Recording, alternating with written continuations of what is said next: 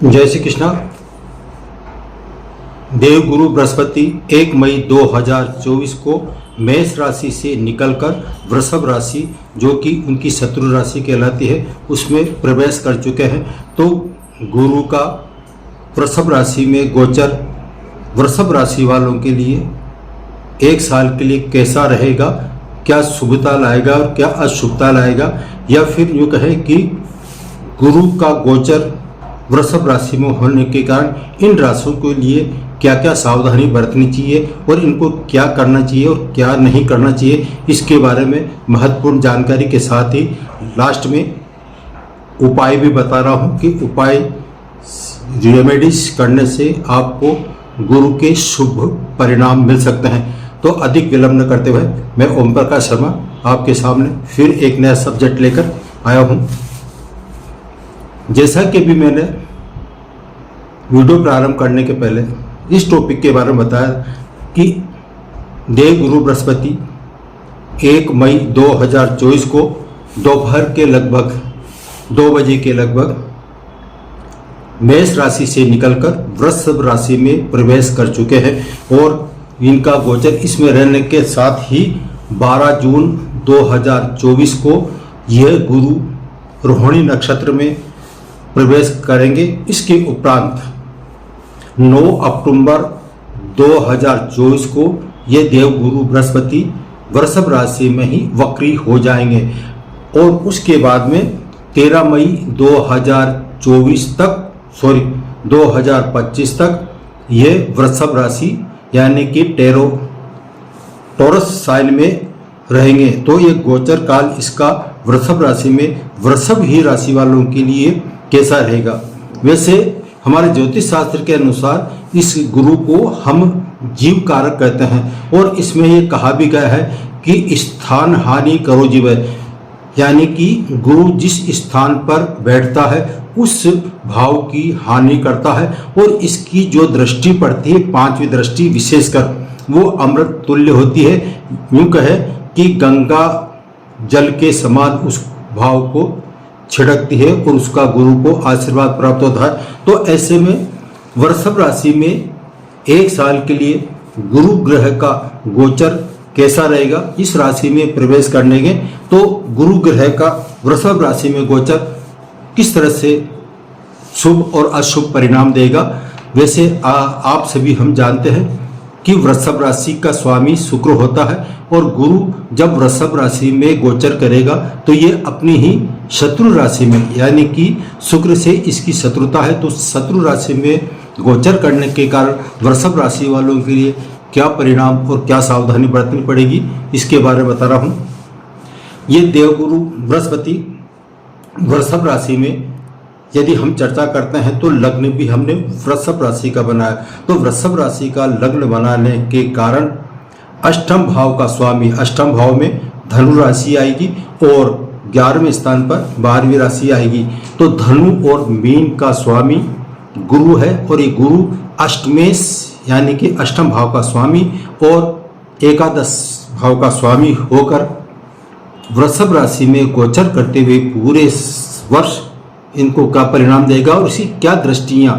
वैसे सभी ग्रहों को 7वीं दृष्टि दी गई है, लेकिन आपके देवगुरु बृहस्पति को 2 स्पेशल दृष्टियाँ दी गई है, वह है 5वीं और 9वीं। तो ये वृषभ राशि यानी कि लग्न भाव पर बैठकर इसकी 5वीं दृष्टि जो पड़ेगी वो 5वें स्थान पर, 5वें भाव पर, और 7वीं दृष्टि इसके बिल्कुल 7वें स्थान पर, और 9th जो दृष्टि पड़ेगी वो भाग्य भाव पर पड़ेगी। तो इस दृष्टिकोण से यह गुरु लग्न स्थान पर बैठकर जीवन में ऐसे जातक को संघर्ष कराएगा, मानसिक शांति को, मानसिक जो शांति है उसको भंग करेगा और अनेक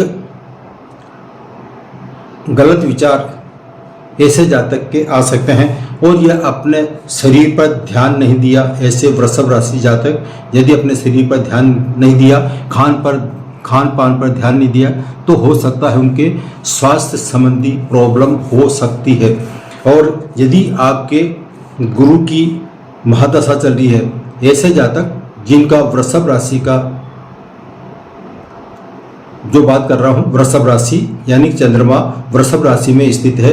वृषभ राशि वाले जातक जिनका यदि महादशा चल रही है और या महादशा में ही या किसी भी महादशा और अंतरदशा के दौरान इनको ऐसे जातक जिनके डायबिटीज की शिकायत है उन जातकों को इस अवधि में गुरु की महादशा या अंतरदशा में हो सकता है। और डायबिटीज जो रोग है, मधुमेह रोग है, वो अचानक बढ़ सकता है, वो परेशान कर सकता है। परिवार में कोई बुजुर्ग व्यक्ति आपके है तो उसके स्वास्थ्य का जरूर ध्यान रखें। अब परिवार में बुजुर्ग व्यक्ति आपके माता पिता हो सकते हैं, दादा दादी हो सकते हैं, तो उन बुजुर्ग व्यक्तियों का आपको इस अवधि में विशेष ध्यान रखना होगा। उनके स्वास्थ्य के बारे में आपकी रुचि जो है, गुरु क्या है, ये जीव कारक है, भाग्य कारक है और आध्यात्मिक क्षेत्र की तरफ इसका रुझान बढ़ता है। तो हो सकता है आपका इस अवधि में पूजा पाठ में थोड़ा ध्यान ज़्यादा लगे, ईश्वर आस्था बनी रहे और आध्यात्मिक पुस्तकें पढ़ने का आपका मन हो सकता है। ये तो हुआ लग्न के बारे में। अब आया लग्न पर बैठकर गुरु की पंचम दृष्टि आपके 5वें स्थान पर पड़ती है। तो ऐसे जातक जो अध्ययन कर रहे हैं, स्टूडेंट लाइफ है उनकी, तो उनके अध्ययन में थोड़ी कुछ बाधा आ सकती है, कुछ रुकावट आ सकती है। और कोई कंपटीशन की तैयारी कर रहा है तो कंपटीशन की तैयारी थोड़ा मन लगा के करें और गुरु के उपाय कर लें तो आपको प्रतियोगिता में सफलता मिल सकती है। और यदि आप कंप्यूटर या ऑनलाइन क्षेत्र में अध्ययन कर रहे हैं या फिर यूँ कहें कि आप कंपटीशन फाइट कर रहे हैं तो ऐसे में एक सफलता इसमें जरूर मिल सकती है। कंप्यूटर या ऑनलाइन इंटरनेट संबंधी जो भी काम करते हैं उनको इसमें सफलता मिल सकती है। संतान की तरफ से शुभ समाचार आ सकते हैं। और ऐसे जातक या जातिका जिनको संतान की आस लगाए बैठे हैं तो हो सकता है इस अवधि में उनको संतान प्राप्ति हो। यह है वृषभ राशि में गुरु स्थित होने के बाद 5वें स्थान पर जब उसकी नज़र पड़ती है तो 5वां स्थान मैंने बताया था आपका अमृत तुल्य। तो अमृत तुल्य यह शुभ ही देगा, कुछ बाधाएं भी आ सकती है। वह यदि संतान की शिक्षा के में बाधा दूर करना है तो गुरु को थोड़ा आपको मजबूत करना होगा। स्त्री वर्ग की कुंडली के अनुसार यदि स्त्री जाति का यदि पुत्र प्राप्ति की मनोकामना लिए बैठी है तो उसको पुत्र प्राप्ति संभव हो सकती है। अब गुरु की 7वीं दृष्टि लग्न भाव पर गुरु स्थित है और उसकी 7वीं दृष्टि से आपके दाम्पत्य जीवन पर क्या प्रभाव पड़ेगा। आपका दाम्पत्य जीवन इस अवधि में सुखी रख सकता है। कारण क्या है, वृषभ राशि के अनुसार 7वें स्थान पर मेष राशि आती है और मेष राशि का स्वामी मंगल होता है। तो मंगल इसका मित्र माना गया है। तो ऐसे में आपका दाम्पत्य जीवन सुखी रहेगा। आपके हो सकता है कोई छोटी मोटी नोक झोंक हो जाए, लेकिन हर दृष्टि से ये सही है। यदि आपका कोई पार्टनर है, साझा व्यापार करना चाहते हैं तो उसमें आप व्यापार कर सकते हैं। लेकिन हाँ, एक बात है, नए निवेश और जोखिमपूर्ण जो कार्य हैं उनसे बचें। हो सकता है आपको गुरु इस जगह नुकसान करेगा। दाम्पत्य जीवन सुखी तो रहेगा ही, हो सकता है जीवन साथी के साथ छोटे मोटे आपका जो जीवन साथी है उस पर कभी कभी छोटे मोटे रोग हो सकते हैं, थोड़ा खट्टा मीठा अनुभव हो सकता है, लेकिन इतना खास इसका प्रभाव नहीं पड़ेगा। अब ये गुरु की जो है 9th दृष्टि आपके भाग्य स्थान पर पड़ने के कारण अब 9th स्थान पे यानी भाग्य स्थान पर मकर राशि है और मकर राशि ये इसकी शत्रु राशि कहलाती है। गुरु जो है कर्क राशि में उच्च का माना जाता है और मकर राशि में नीच का माना जाता है। तो जब गुरु की 9वीं दृष्टि मकर राशि पर पड़ रही है तो ऐसे में ये नीच दृष्टि पड़ने के कारण आपके भाग्य में कुछ बाधा आ सकती है। पिता का सहयोग आपको मिलने में कठिनाई आ सकती है। पिता पुत्र के संबंधों में कुछ गलतफहमी हो सकती है, उससे बचें। और भाग्य आपका साथ नहीं देगा, इसलिए आपको विष्णु भगवान की शरण में जाके गुरु की जो उपाय है वो मैं बता रहा हूँ आगे, वो उपाय करना अनिवार्य है। और भी आपका स्वास्थ्य पर ध्यान देने की आवश्यकता है। ये तो हुआ आपके गुरु का लग्न भाव बैठना और उसकी 5वीं, 7वीं और 9वीं दृष्टि आपको किस तरह से शुभ और अशुभ परिणाम दे सकती है। एक बार और चेतावनी दे रहा हूँ कि आपके स्वास्थ्य पर ध्यान देना जरूरी है।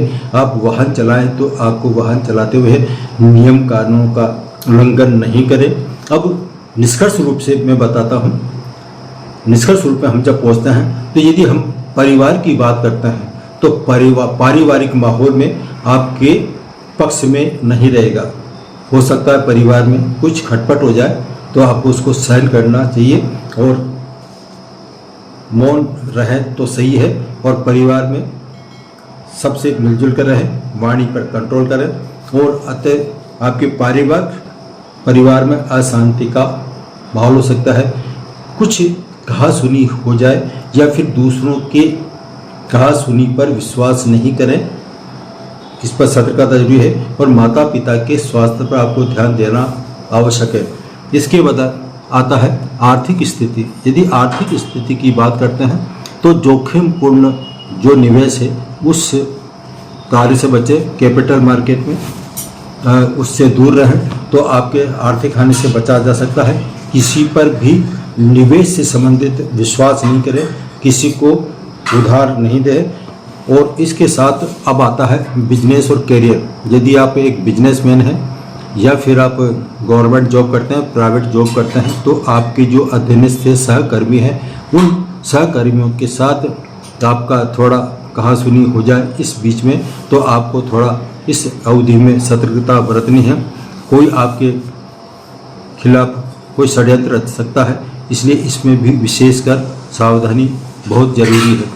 ये तो हुआ आपके वृषभ राशि पर गुरु ग्रह का गोचर आपके जीवन में क्या शुभ और अशुभता ला सकता है, इसके बारे में आपको जानकारी दी। अब इस गुरु के अशुभ प्रभाव से बचने के लिए हमें क्या करना चाहिए, इसके लिए साधारण से उपाय बता रहा हूँ। सर्वप्रथम गुरु का संबंध विष्णु भगवान से है, इसलिए आपको उपाय के तौर पर हर गुरुवार के दिन केले की पूजा करनी चाहिए।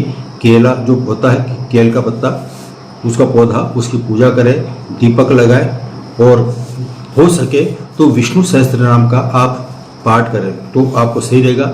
नंबर 2, यदि आप धार्मिक पुस्तकों का अध्ययन करते हैं, धर्म के प्रति रुचि रखेंगे तो हो सकता है गुरु का दुष्प्रभाव से आप बच सकते हैं। एक उपाय यह है कि आप इस अवधि में वर्ष में एक बार कभी भी धार्मिक स्थानों पर जाएं और विष्णु से संबंधित कोई धार्मिक स्थान है वहां जाकर उनके दर्शन करें, तो उनके दर्शन लाभ से आपके गुरु के दुष्प्रभाव से आप बच सकते हैं। और इतना भी नहीं कर सकते हैं तो एक साधारण सा है, गुरुवार से आप हल्दी का तिलक अपने मस्तक पर लगाएं, नाभि पर लगाएं और कंठ पर लगाएं। इस तरह से या हल्दी का तिलक लगाएंगे तो गुरु के दुष्प्रभाव से हम बच सकते हैं।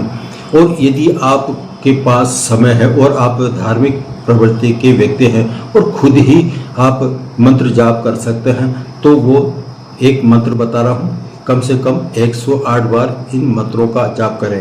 ओम ग्राम ग्रीम ग्रोम सह गुरुवे नमः। यह मंत्र है, दोबारा बताऊँ, ओम ग्राम ग्रीम ग्रोम सह गुरुवे नमः। इसका आप जाप करेंगे तो गुरु के दुष्परिणाम से आप बच सकते हैं। और सबसे लास्ट में यदि आप कुछ भी नहीं कर सकते हैं तो एक उपाय यह है कि आप गाय माँ की सेवा करें, गौ माँ की आप सेवा करेंगे तो आपके गुरु के दुष्परिणाम से बच सकते हैं और उसके शुभ परिणाम आपको जरूर मिलेंगे। गुरु के जो शुभ कारक तत्व है वो आपके जीवन में जरूर असर करेंगे। आज इतना ही, फिर मिलेंगे नए सब्जेक्ट और नए विषय के साथ। यदि आपको ये वीडियो अच्छा लगा है तो प्लीज़ लाइक कीजिए। आपका एक बटन लाइक का हमारे मनोबल को बढ़ाता है। और यदि आपको अच्छा लगा तो अपने परिजनों को इसको शेयर कीजिए। और यदि आप नए सदस्य हैं तो प्लीज़ एक आध निवेदन, आप इस चैनल को सब्सक्राइब जरूर कीजिए। जय श्री कृष्ण।